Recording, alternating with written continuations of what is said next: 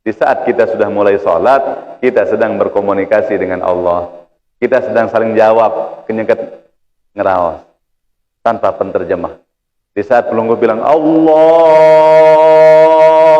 Akbar. Apa jawaban Allah? Sadaqa abdi, ana akbar, ana akbar. Betul kata hambaku, memang akulah yang maha besar, akulah yang maha besar. Terus setiap apa yang kita ucapkan niki dijawab oleh Allah Subhanahu wa taala. Kita sedang ngomong. Nggih. Cuman kita tidak dengar. Nggih. Jawaban Allah itu tidak kita dengar, tapi pasti.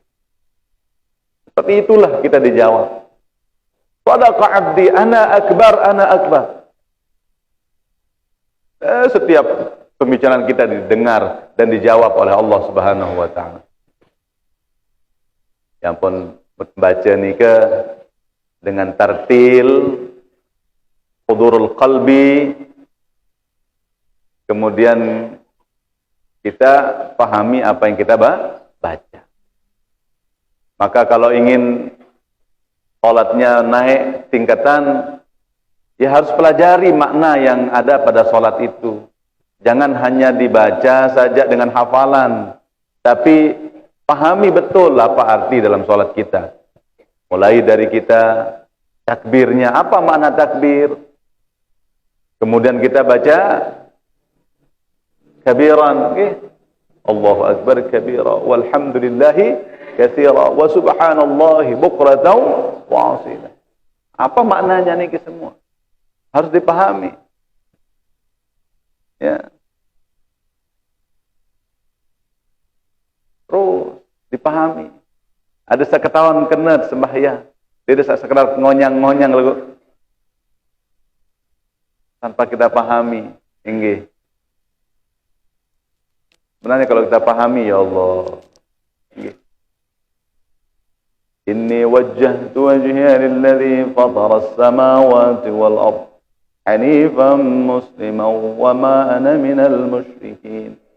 Inna salati wa nusuki wa mahyaya wa mamati lillahi rabbil alamin.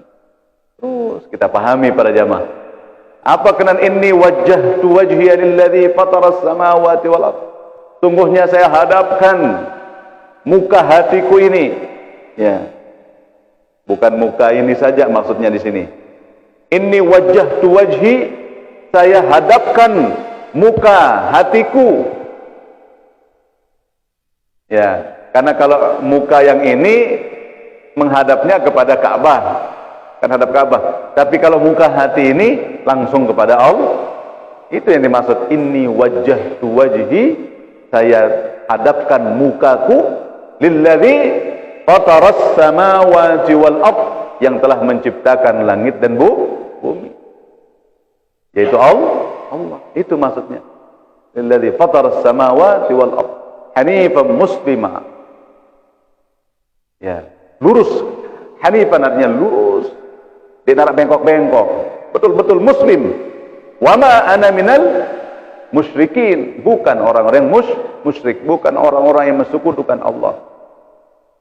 Inna salati, sungguhnya salatku, wa nusuki, ibadahku, wa mahyaya, hidup dan mati, wa mamati, hidup dan matiku, lillahi rabbil alamin. Gitu terus. Itu namanya apa? Hudurul qalb, hadirnya hati di dalam kita melaksanakan ibadah salat. Nah, ini harus kita perbaiki para jamaah. Baru nanti akan kita dapatkan yang namanya asrar, rahasia daripada salat itu para jamaah. Ya.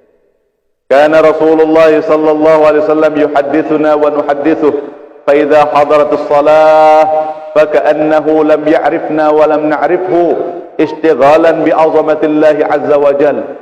Kami dengan Rasulullah kadang-kadang ngobrol biasa saling ini, tapi kalau udah mulai sholat, beliau seperti tidak mengenal kita.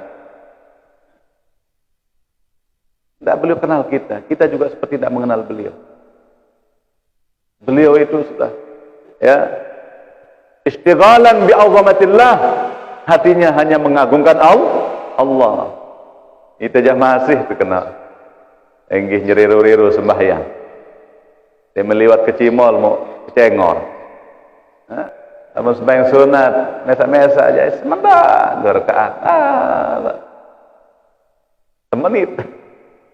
Enggih. Jadi kita ingin cari banyaknya tapi nilainya tidak ada.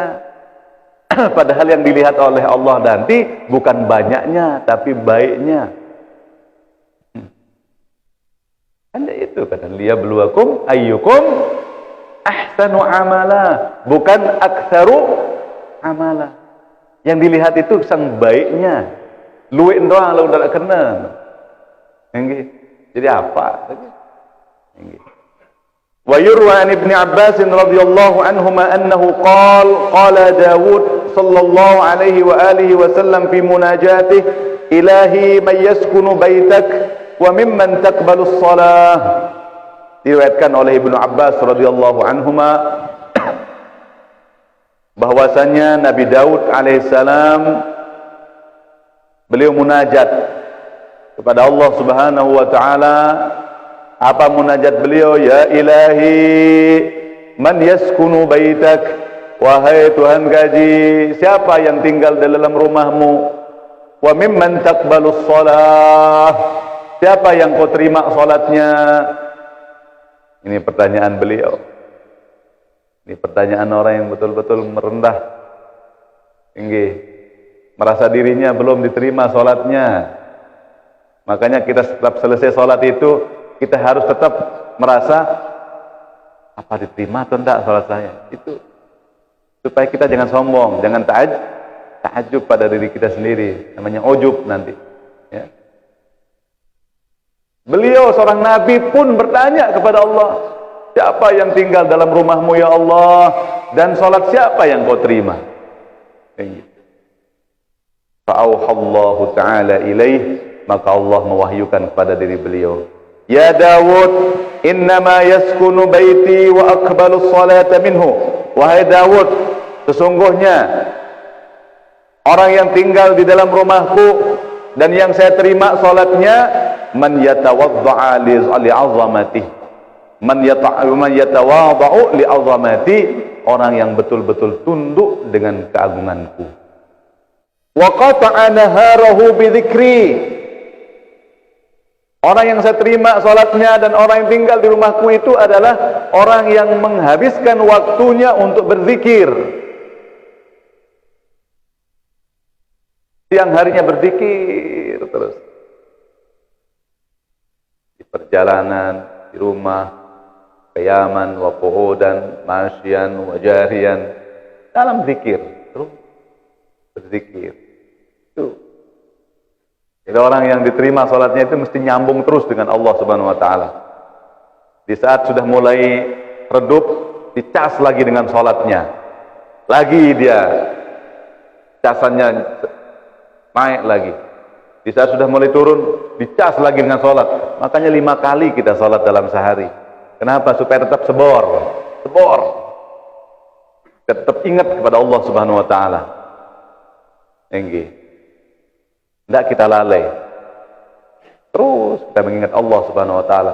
Kalau betul-betul cara kita salat, insyaallah kita terjauhkan dari fahsya'i wal munkar. Malu kita berbuat keji dan mungkar. Malu. Kita berbuat dosa. Malu kita berbohong. Malu kita melihat yang tidak-tidak. Malu. Kenapa? Karena kita merasa musyahadah langsung dengan yang maha kuasa. Itu baru namanya salat yang sukses, salat yang diterima.